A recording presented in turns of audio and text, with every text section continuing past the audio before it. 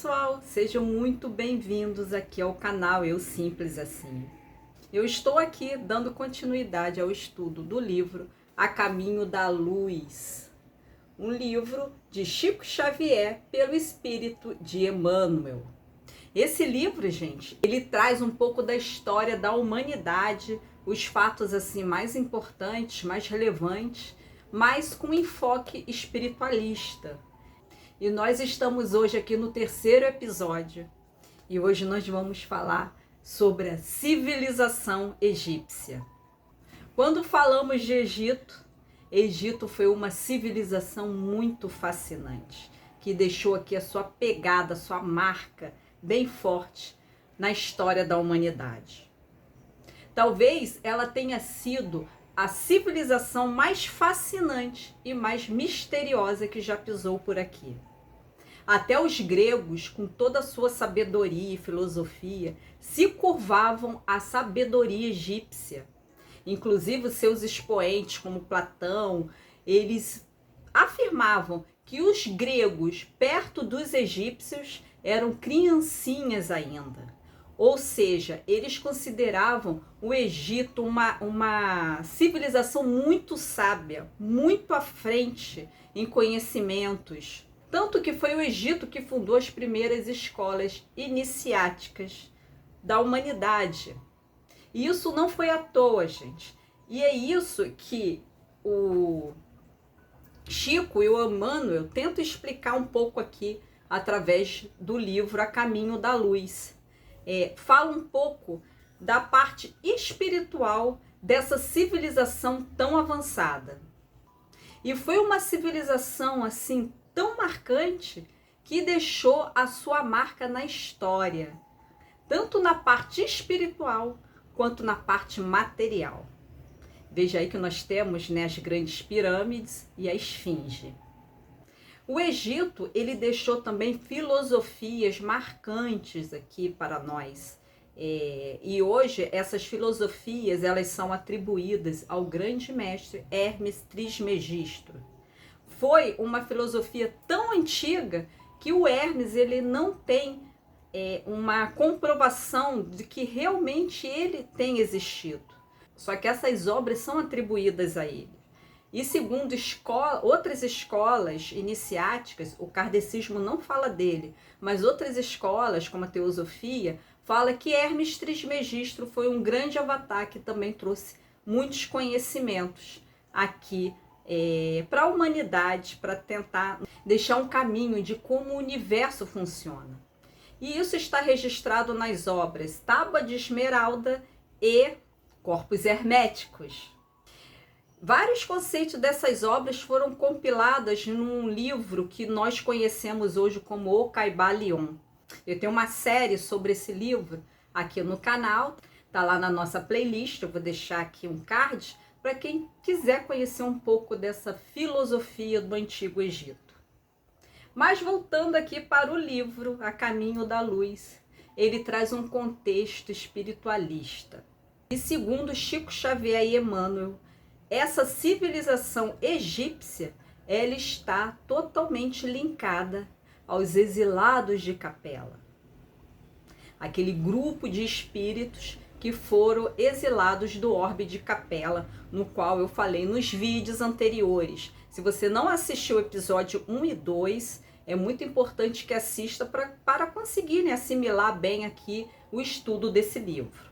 Recapitulando aqui um pouquinho do que eu falei no vídeo anterior, os exilados de Capela, eles, ao longo do tempo, ao longo de todo esse processo evolutivo, já aqui na nossa atual raça, que é a raça ariana, eles deram origem a 4 grandes grupos, que foi aqui dividido entre a civilização egípcia, a Índia, os hebreus e os árias, que deu origem ali a toda a civilização europeia. E o livro, ele explica aqui na sua página 35, já dentro do capítulo sobre a civilização egípcia, que dentre os espíritos degradados que vieram aqui para a Terra, a civilização egípcia foram as que mais se destacaram no culto da verdade e na prática do bem. que esses espíritos eram espíritos que eles tinham menos débitos, os que possuíam menos débito daqueles que vieram, que foram exilados para cá. E apesar deles terem sido exilados para cá por motivos de débitos mesmo com a justiça divina, eles possuíam um elevado patrimônio moral. E eles conseguiram frutificar isso nessa nova terra no qual eles vieram fazer parte por um período, para se purificar, se resgatar, ajudar a impulsionar aqui a nossa humanidade. Então eles nos ajudaram com essa experiência que eles tinham. E uma coisa que era muito forte para essa civilização era o culto à morte. E esse é um ponto que o livro destaca bem, que nenhuma civilização que pisou aqui na face da Terra tinha um culto à morte tão bem elaborado quanto a dos egípcios. Esse culto ele foi altamente desenvolvido. Isso mostra, gente, o grau de conhecimento da espiritualidade que eles detinham. A sua preocupação maior era com o bem morrer, não com o bem viver como é hoje a nossa civilização, que nós vemos que todo mundo quer viver muito bem e ninguém se prepara para esse momento do desencarne, porque a nossa vida é uma passagem, né? Isso é fato, ninguém contesta isso. O que vem depois, eles se preparavam muito bem, porque eles sabiam que o depois que era a sua verdadeira vida, que era a sua vida de fato, a vida espiritual. E tem um mito muito conhecido dentro da mitologia egípcia, que é da balança da justiça ou da balança de Maat, que representa esse culto à morte. Esse mito já demonstra muito bem que eles acreditavam fielmente que existia reencarnação, que existia vida após a morte. E basicamente essa alegoria mostra que quando o ser desencarna, ele passa por um tribunal. Ele passa por um tribunal e Anubis é o encarregado de conduzir o desencarnado até a balança de Maat. Essa balança é a balança da justiça. Maat é a deusa da justiça. E ali o seu coração vai ser pesado. Então, em um dos pratos da balança é colocado o coração do morto e no outro prato é colocado a pluma de Maat. Se o coração pesar mais que a pena, significa que este ainda está preso pela vida no mundo, que seu coração ainda é pesado, ele ainda carrega valores mundanos. Então, ali é definido que ele deve retornar, pois o seu coração ainda está lá, no mundo. E se acontece ao contrário, e o coração pesar menos do que a pluma, quer dizer que ele se libertou desses apegos do mundo, né? Desses desejos por coisas do mundo. Então, ele já segue na vida espiritual, ele sai, ele corta ali aquela roda de Sansara, que são as rodas das reencarnações, e ele já vive no mundo espiritual e vai seguir um outro caminho. Ele não retorna à vida no mundo, a reencarnar. E essa alegoria, gente, parece bastante com o que o Mestre Jesus nos ensinou, que está em Lucas, capítulo 12, versículo 34. Onde estiver o seu tesouro, ali também está o seu coração. E também nós podemos ver, né, através da história, que existia todo um contexto de mumificação, de um culto ali realmente à morte. Isso tudo estava muito interligado à vida espiritual, ao conhecimento que eles tinham da vida após a morte. E um outro ponto importante também aqui a destacar é a ciência secreta, que são as escolas de mistério e a iniciação, que começou lá no Egito Antigo. Então ali, gente, se reuniram grandes mestres de sabedoria, que passavam suas tradições num circuito mesmo fechado. eram estudos esotéricos de fato. Então, os conhecimentos mais profundos, eles ficavam ali dentro de um círculo de sacerdotes, observando-se o máximo de cuidado com a transmissão daquele conhecimento. Então, o conhecimento era dentro desse grupo esotérico fechado, dentro desse círculo. E o livro fala que a própria Grécia tentou buscar ali conhecimentos. Aí ele cita aqui, a própria Grécia, que ali buscou a alma de suas concepções cheias de poesia e de beleza, mediante a iniciativa de seus filhos mais eminentes no passado longínquo, não recebeu toda a verdade das ciências misteriosas. E o livro conta que existiam provas para que uma pessoa se tornasse iniciados. E eram provas bastante difíceis, bastante duras. E quando algum grego conseguia passar nessas provas e adentrar, né, nesse círculo dos mistérios, era uma total festa para os gregos. E os sábios, eles tinham muito esse cuidado, porque eles sabiam que o momento, na evolução terrena, aquele momento era inoportuno para transmitir toda a verdade, que as pessoas ainda não estariam maduras o suficiente, não teriam assim condições éticas e morais suficientes para receber todo um conhecimento. É aquela tal negócio, né? O conhecimento em mãos erradas pode trazer muitos desastres. Então eles tinham todo esse cuidado. E devido a todo esse cuidado, já nos círculos exotéricos, que era fora desse grupo dos sacerdotes, que eles poderiam passar para o povo egípcio em comum, acabou criando o politeísmo simbólico.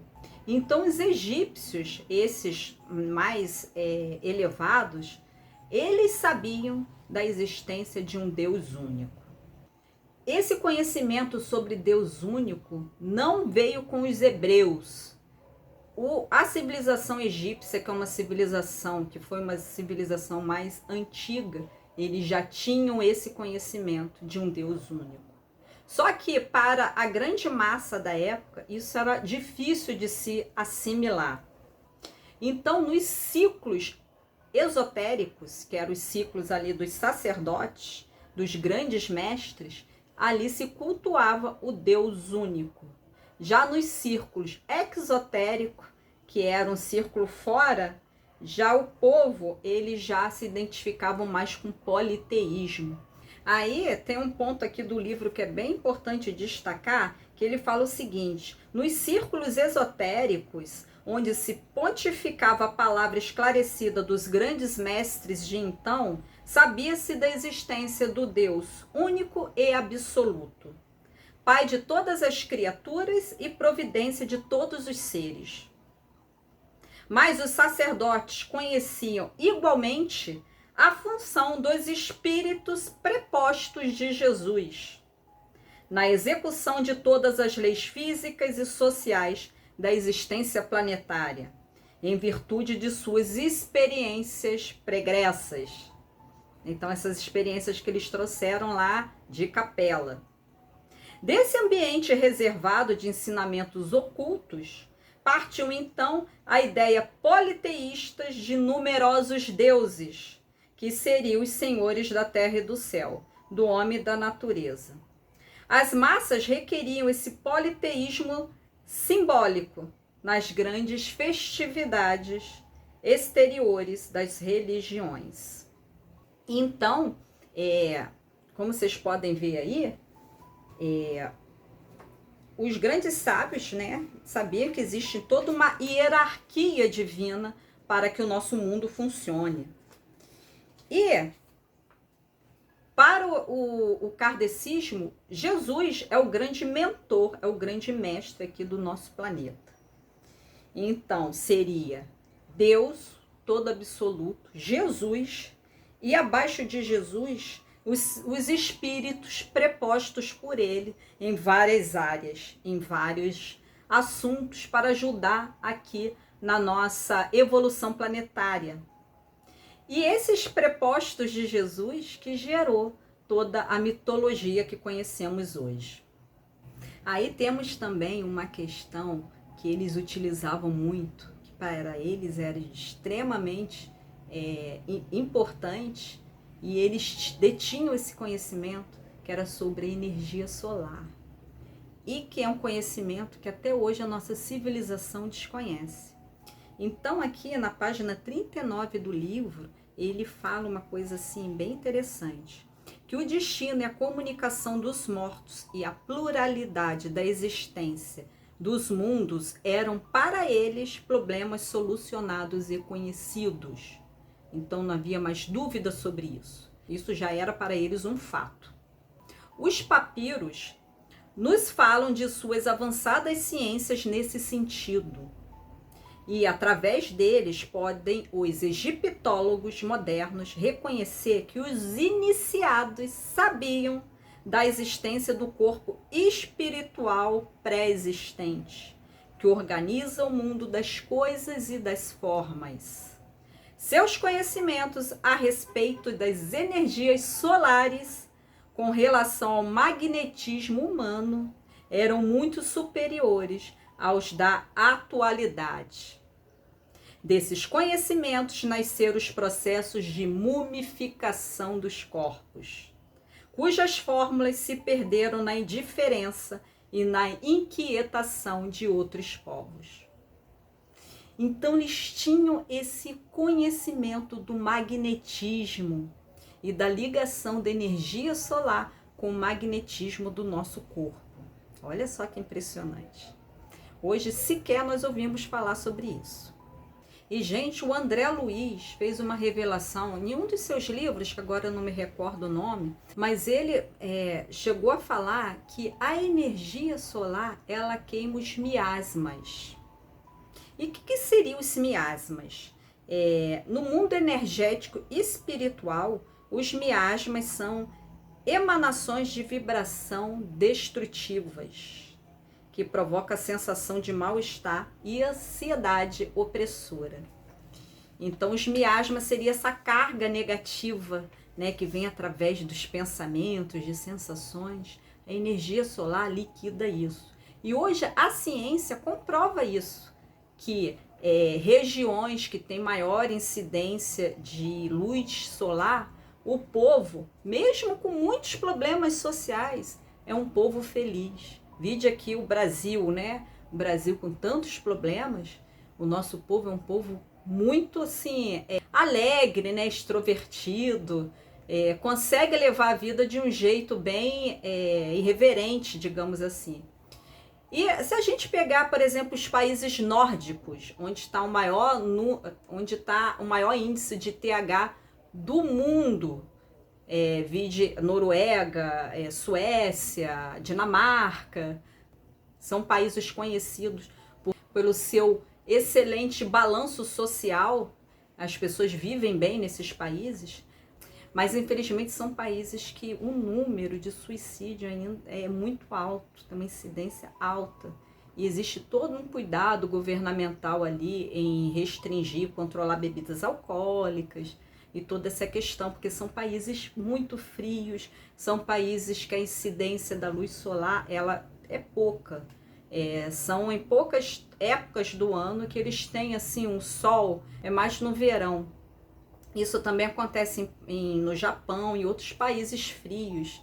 Então você vê que nem é a condição social que traz um conforto mais espiritual para essas pessoas, mas sim a questão da energia solar.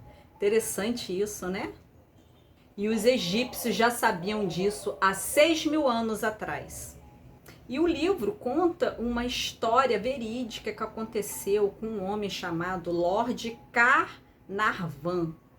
Então ele foi um famoso egiptólogo e ele era um homem de muito poder aquisitivo, e ele financiava expedições para se encontrar sarcófagos. E ele ficou muito famoso em 1922 com a descoberta da tumba do faraó Tutankhamon, que até hoje é considerado uma das maiores descobertas arqueológicas ali do Egito.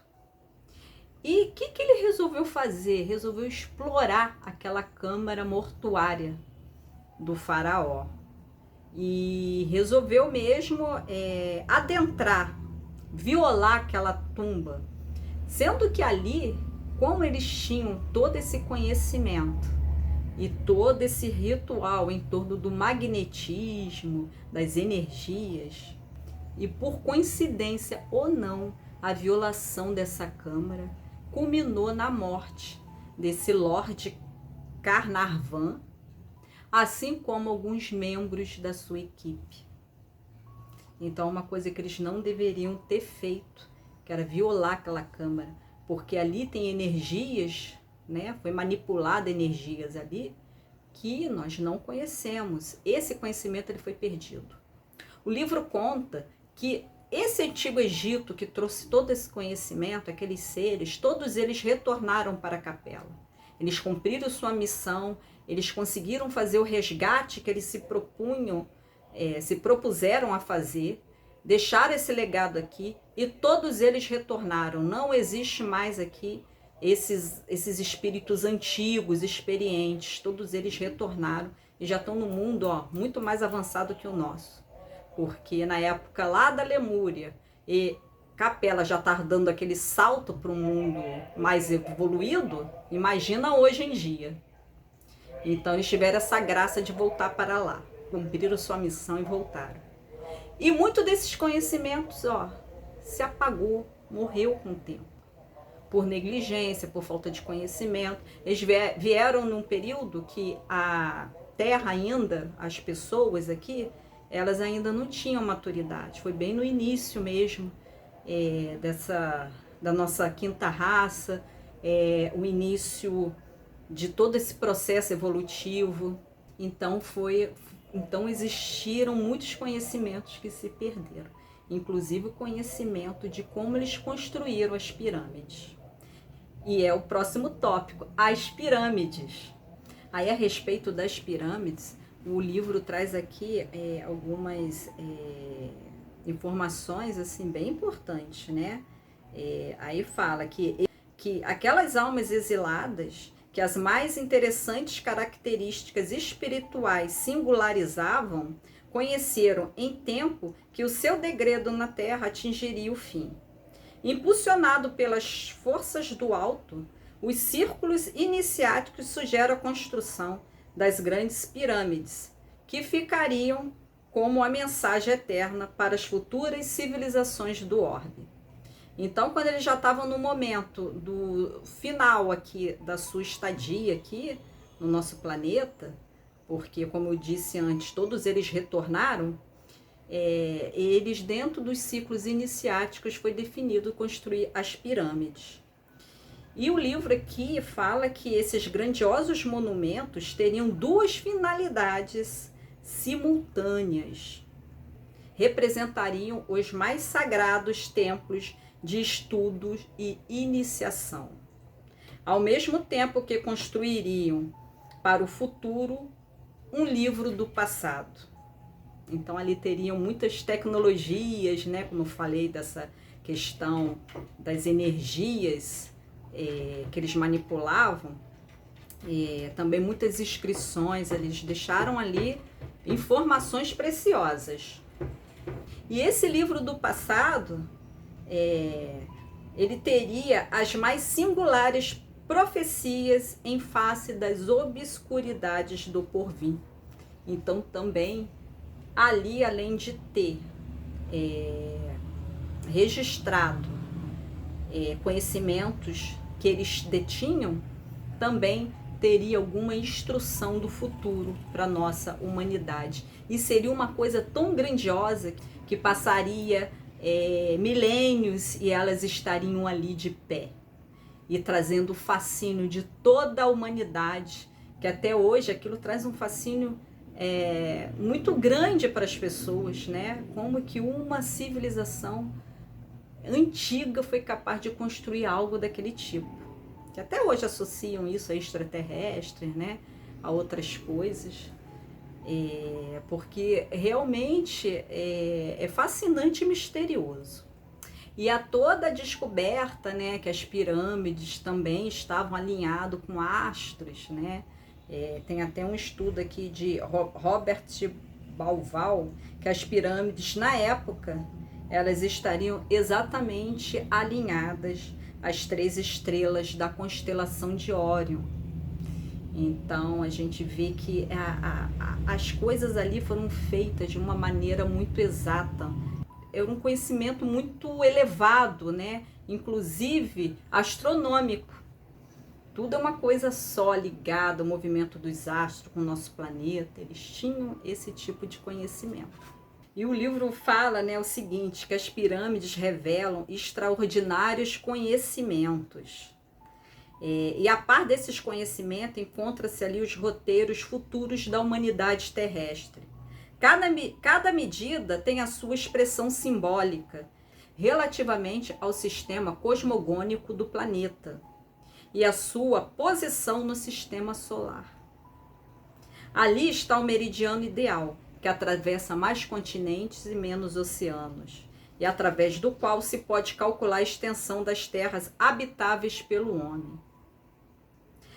A distância aproximada entre o Sol e a Terra, a longitude percorrida pelo globo terrestre sob a sua órbita no espaço de um dia, a precessão dos equinócios, bem como muitas outras conquistas científicas que somente agora vêm sendo consolidadas pela moderna astronomia. Olha só o quão grandioso, né? Como nós tivemos a dádiva de ter um povo tão elevado que trouxe tanto conhecimento aqui para nós e que deixou ali marcado pela eternidade, né? Para que a gente, né, possa ter um parâmetro de descobertas incríveis, como que está acontecendo na atualidade. Então, gente, o estudo sobre a civilização egípcia, um estudo bem fascinante. O livro conta aqui bem resumidamente a grande missão desses espíritos.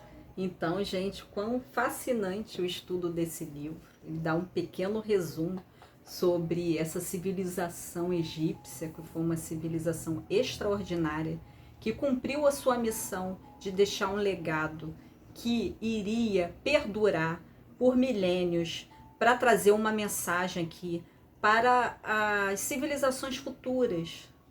E que hoje a nossa modernidade consegue, de alguma forma, identificar e confirmar algumas coisas que esse povo deixou. A gente vê como que as hierarquias divinas, que o divino sempre vai tentar nos auxiliar, nos preparar de alguma forma, deixar mensagens, trazer mensageiros, trazer avatares, grandes enviados, espíritos de alta estirpe, para de alguma forma trazer avanços aqui para nós. E ele já deixou isso lá no iniciozinho com essa grande civilização, que foi uma civilização assim notória. E o livro, né, ele trouxe apenas um pequeno resumo, mas já foi assim de grande aprendizado para nós saber um pouquinho mais sobre a civilização egípcia, sobre a ótica espiritualista. Talvez uma abordagem assim bem diferente, né?